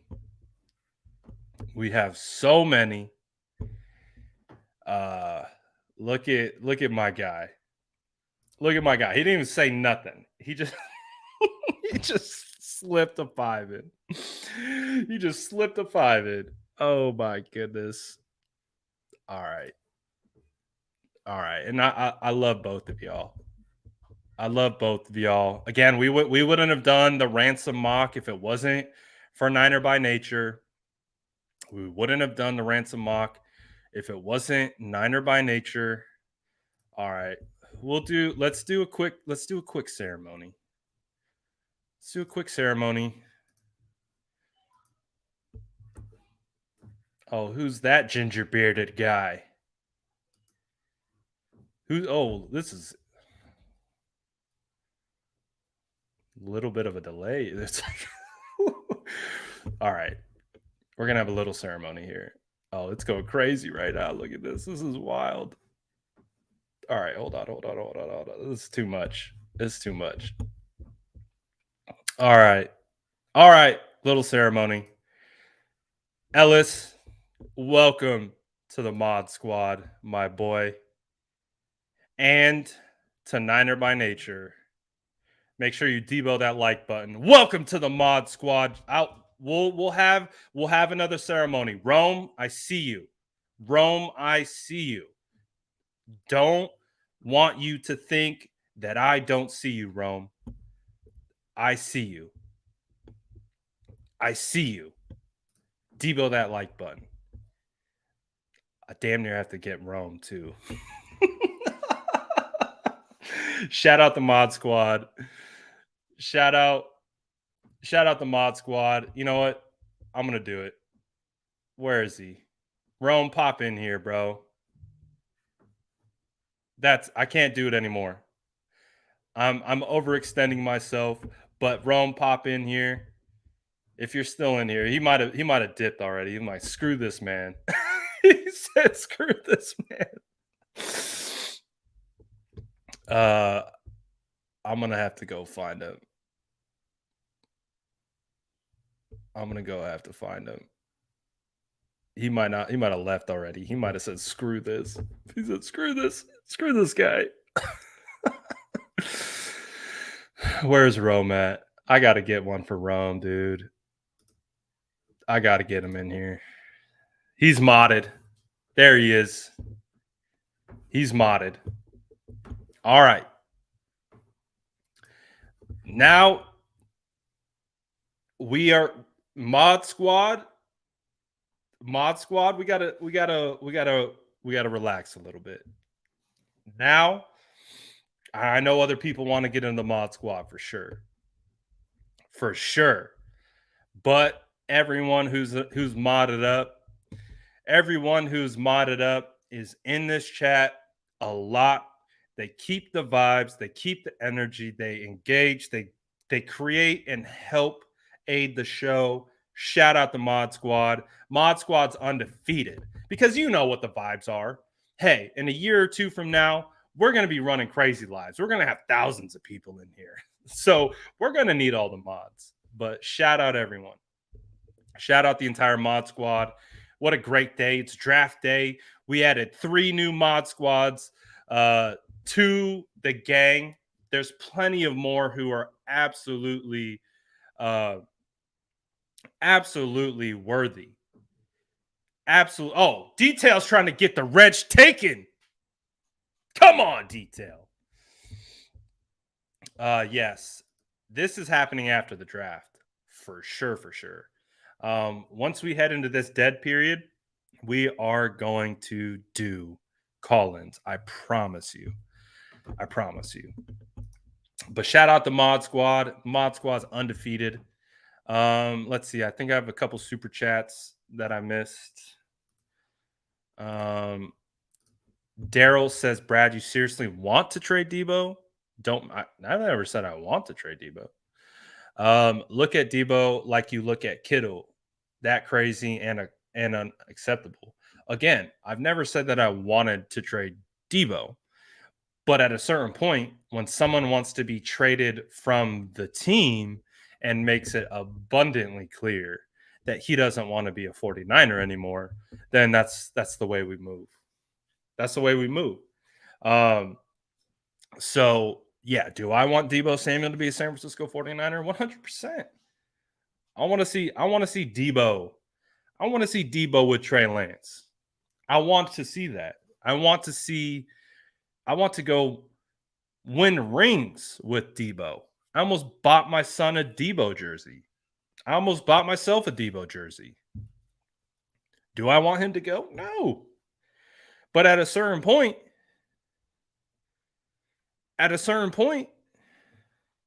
if Deebo doesn't want to be here, and then the 49ers get a haul on top of it, that's a different conversation. There's much different conversation. So I would have kept this same energy with Deebo. If anyone said trade Deebo, we would have said the same thing. But Deebo himself said to trade me. Deebo himself said, get me off this team.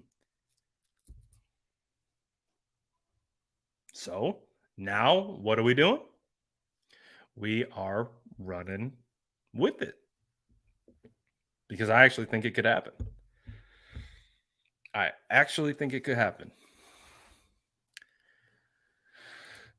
So we'll see. Todd, Jersey Architecture Inc. Deebo is oversensitive. Jets fans would eat him alive. Think Sandoval. Well, to be honest, I really don't think Deebo would be out here doing this type of situation. Um, ooh, that is clean. That is clean. I don't think Deebo is doing any of this. I don't think Deebo is doing any of this. You know, he's not doing any of this if he's not wanting to get traded. Because if you remember, he's fine on social media before. It was after. It was when he decided he wanted out. That's when it got out of control. Deebo's a dog, man. He can handle any situation. Clearly, he was ready for this smoke. He was clearly ready for this smoke. He knew what he was doing by scrubbing his Instagram. He knew what type of energy that was going to bring. He's not dumb. He's not a dummy. So, but we'll see. We'll see. I don't think he will. I don't think Deebo would have the same energy. Yep, we drafted some new mods today. And this is a great point. You have to think about you have to think about the person at a certain point. You know, keeping Deebo against his will. I don't think Deebo's the one that you want to keep against his will. Regardless, he's very specific. I think with his personality, where he is who he is, and he's gonna do what he's gonna do. So, yeah, I think he'd be okay, but we'll see.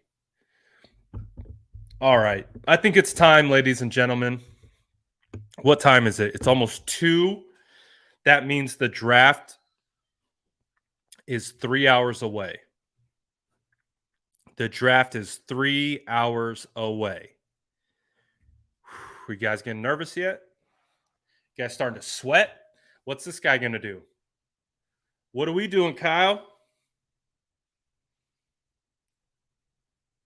What are we doing?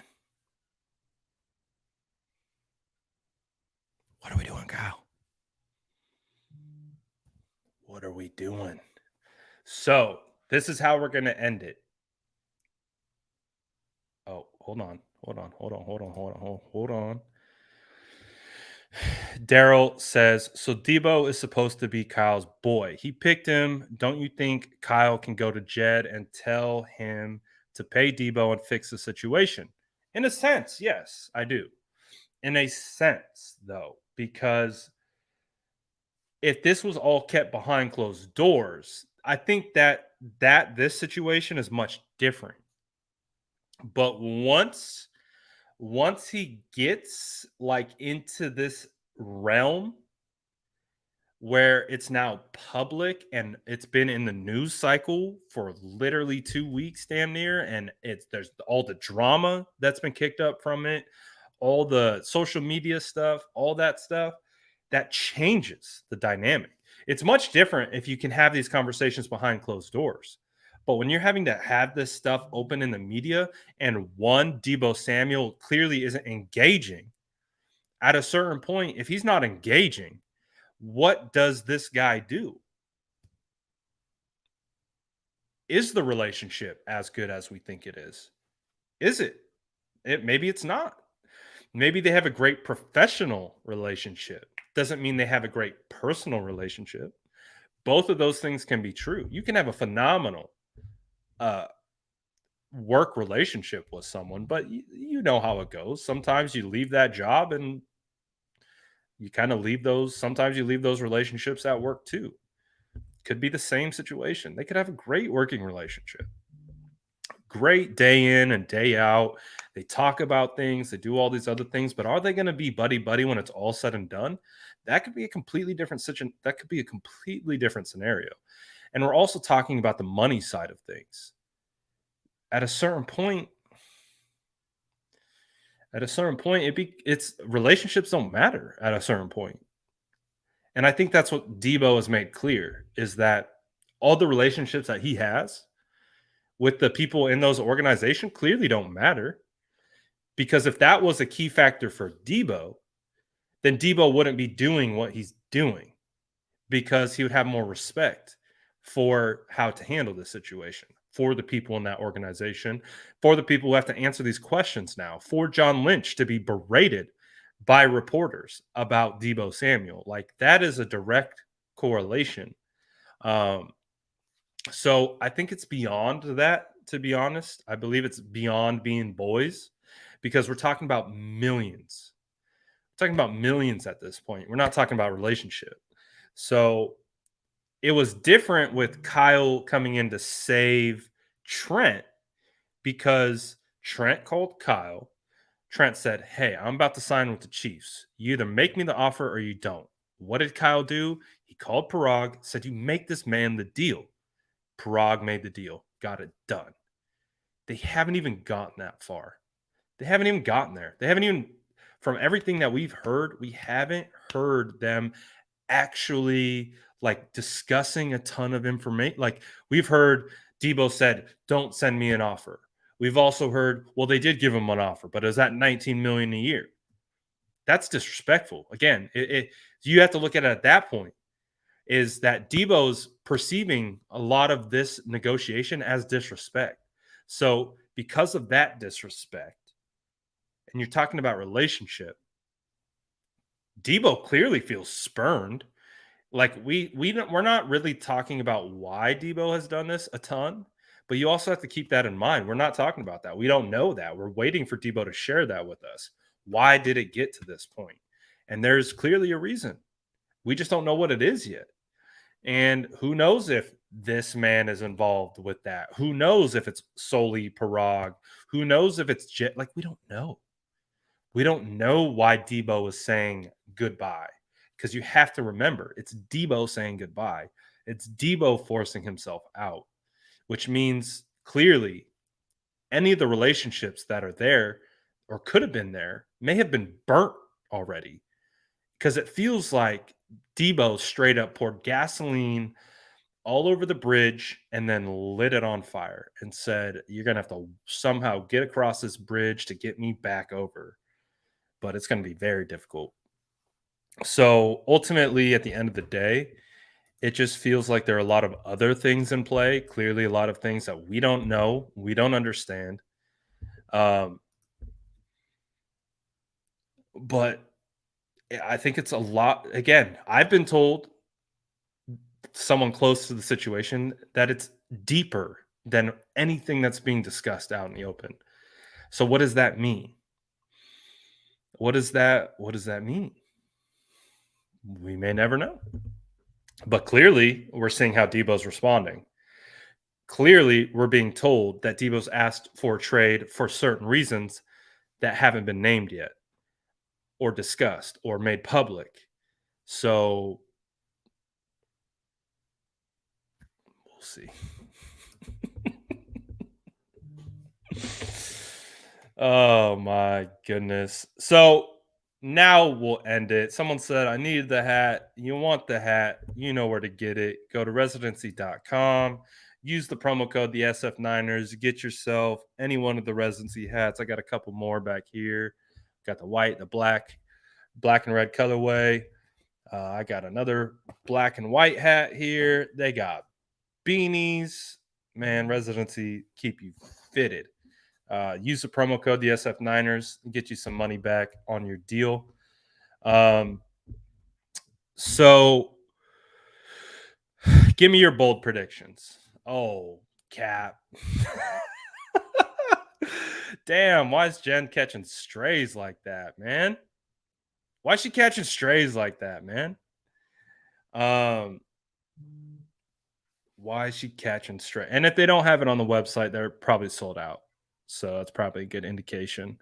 But drop your bold. Let's hear from you. Oh, someone asked. So we're in the final stage. Final stages of the revisions. So likely after the draft, we're dropping a lot of stuff after the draft. So clearly we've been in content mode. So I've been trying to grind through content. But once we get through this draft, we are now going back to, we're going to start doing call-ins. We're going to start dropping merch. We're going to start dropping all kinds of other things when we hit that kind of dead period after the draft. So be on the alert for merch. And we're also I'm going to try to set up some things where you can get deals on the merch, all kinds of stuff. So it's a bit of a process. But once we get through this draft, and I'm officially done moving, which I'm still moving. But once we get through there, we're going to drop the merch. I got to get a mod. I got to get a Mod Squad shirt made because we got so many mods in this. But again, drop right now. Drop right now your bold takes for tonight. I want to see your bold takes. Drop your bold takes. We're going to end it on that. Again, also make sure you hit that bell button. Make sure you hit that sub button. Make sure you hit that like button because I could go live the second something drops. We could be back on here. So make sure you hit that bell button to get notified when we go live. If a trade happens, if a trade doesn't happen, we'll be here to talk about it all. But again, I want to see those bold takes. Ooh, here's a bold one. Deebo gets inked to a new deal. Not only is he staying, but he gets a new deal. I like that one. Deebo to Detroit for the 32nd pick. One pick? That's a bold take. 49ers would I don't think would take that at all. Deebo for 133 and a 2023 first. Are the Lions the sleeper? Are they the sleeper pick? Could be. The Lions could be the sleeper. We haven't talked about them much, but it is a thought process. The Lions could be the sleeper. Zach Wilson equals Justin Bieber. Very bold take there. The sourdough mods, 100%. Deebo to Miami. That's a bold take. Jermaine Johnson at 10. 49ers trade Jimmy and get a second from Carolina. That would be fire. King Trey Zeus of the NFC.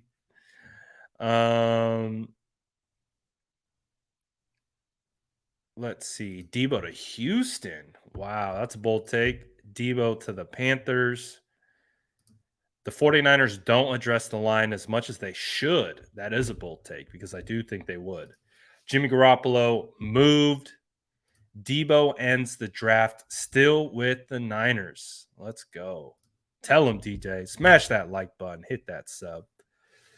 Deebo to the Jets or the Texans. Jimmy goes to the Texans. Deebo not getting traded. Jimmy gets traded during or shortly after the draft. Not Deebo. Ooh. Deebo for 2 and Amon-Ra St. Brown and 34. Spicy. Deebo is Jamal Adams 2.0. No, thank you. Good luck in Detroit. Deebo to the Jets.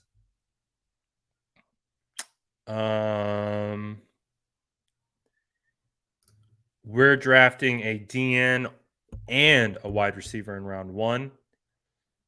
Deebo gets traded to the Niners. Win the draft, get the 10th and that Jets second. Was I just called a little YouTuber? I'm apparently a little YouTuber now. Deebo to the Eagles for the picks. Let's see. Deebo to Detroit would be petty as F. One of his boys tweeted, he reposted a joke about Deebo going to the, basically getting dragged off to the Lions. Lions for 20 See, this is the thing. If the Lions are offering 2 and 32, this alone would force the Jets to have to like double whatever offer they had. Like that's where you're talking potentially even 4 like 38 and 35. Like if you can get this from the Lions and you can tell the Jets like, "Listen, we're going to take 2 and 32. If you guys want him, you have to give us more." That's how you get the yesterday's price ain't today's price vibes.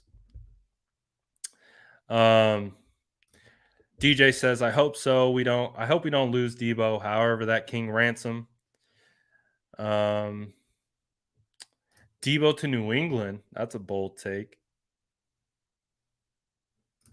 Deebo signs an extension after the trade draft trade falls through. Ooh.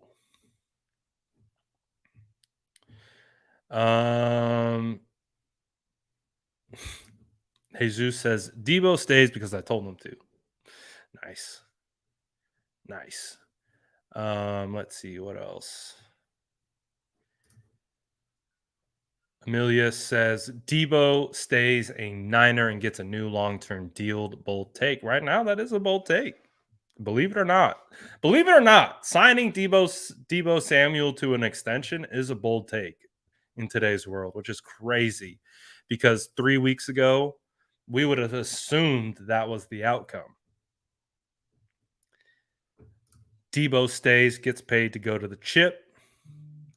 Deebo to Baltimore. Deebo sits out. Ooh, this is bold. Alex doesn't retire. That would actually be nice. Oh, that's a hot take. Jimmy G traded to New England and then flip Mac Jones for a huge haul. That would be wild. Let's see.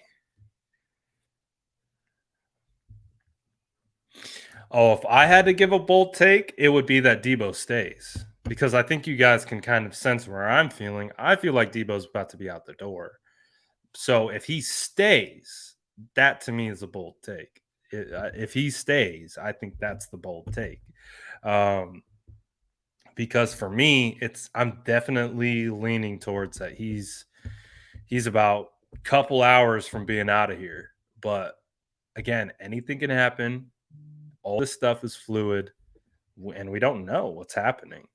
So at this point, does feel like, oh, I like this one. That's the one right there.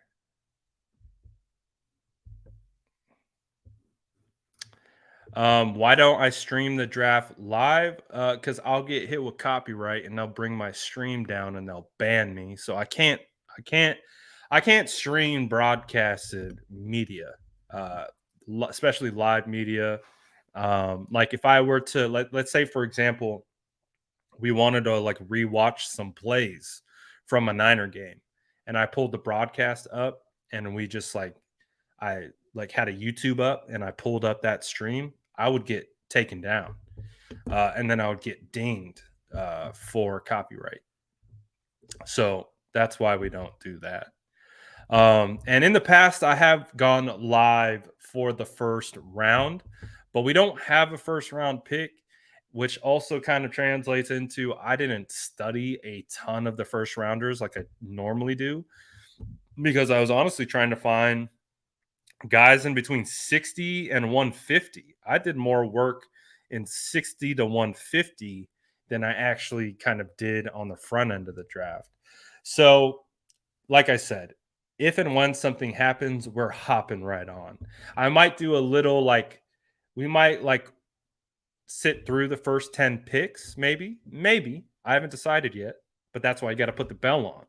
If I decide, you know what, let's do the first 10 picks, right? Because we assume something's going to happen in those first 10 picks. Maybe that's what we do. But you got to hit that sub button and you got to hit that bell button so you don't miss it. Daryl also said, shout out for the super chats, my guy. He says, also, what if Deebo doesn't want to play for the Jets? Do they have a choice? I think theoretically, yeah, they do. Because if you want to bring in past experience, um, Gronk was traded to Detroit once. Gronk uh, got traded from the Patriots to the Detroit Lions. And when he found out he got traded, he told the Lions that, or he told both of them, he said, if you trade me, I'm retiring. And he killed the trade. So I don't know if Deebo would do that, but it's happened before. Gronk openly said it. That's what he did. He got traded to the Lions and he killed the trade by saying he was retiring. Could Deebo do that? I don't know.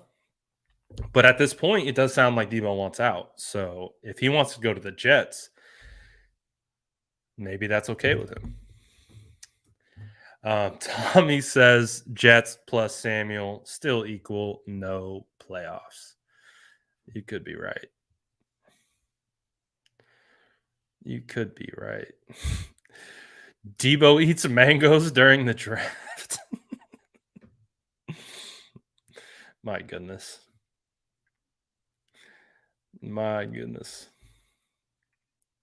Oh, shout out my boy. Said I bleed red and gold. Said love the channel. Keep up the great work. Appreciate that, my guys. Appreciate everyone. Vibes are good today. Even though we don't know what's gonna happen, and it's been an insanely wild ride. Vibes have been pretty good, man. Vibes have been pretty good. Shout out the mod squad. We added a couple new modders in here.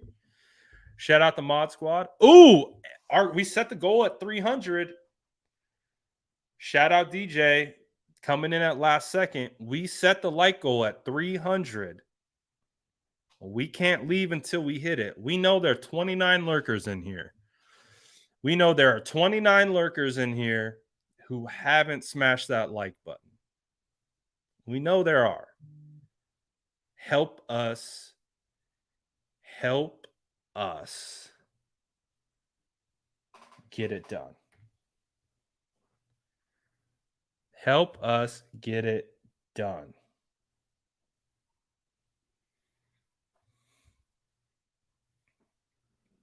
Oh, look at that. We're moving. We're moving.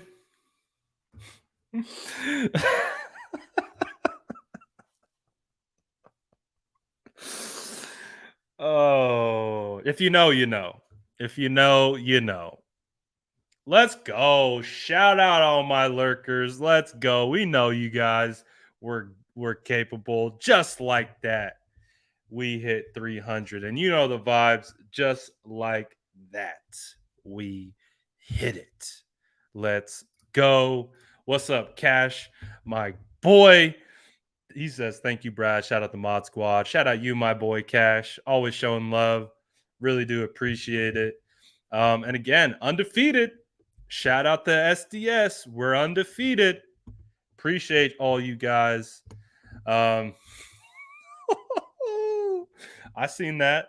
I ain't gonna say nothing. I seen it though.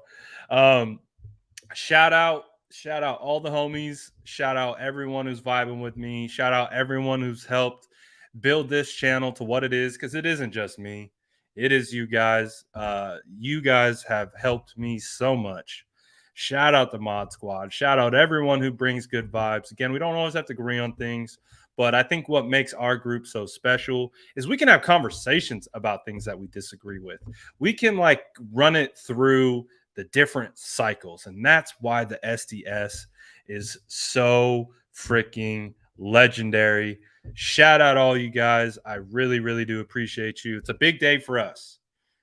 We're going to find out if Deebo's staying, if Deebo's going. It's going to be wild. Stay tuned. Hit that sub. Hit that bell. You know the vibes. And we will be back. We still don't know yet. I still don't know. That's why you got to hit that bell and make sure you're alerted when we go live. So we are going to find out. But again, shout out everyone. Shout out the squad. Deebo stays. Deebo goes. We're going to find out. So again, Appreciate you all. And we will be back later tonight. Peace, everyone. Do what you need to do before the draft. Do some breathing exercises. Do some yoga, meditation, whatever you need to do. Listen to some music. Try to vibe out. Just try to find your center because I think this draft's going to be insane. So just be ready for it. I think the 49ers are going to somehow find themselves in the middle of it all, but we'll see. Shout out to Bread Gang. I'll see you guys in a little bit. Peace, everyone. Vibes were great today.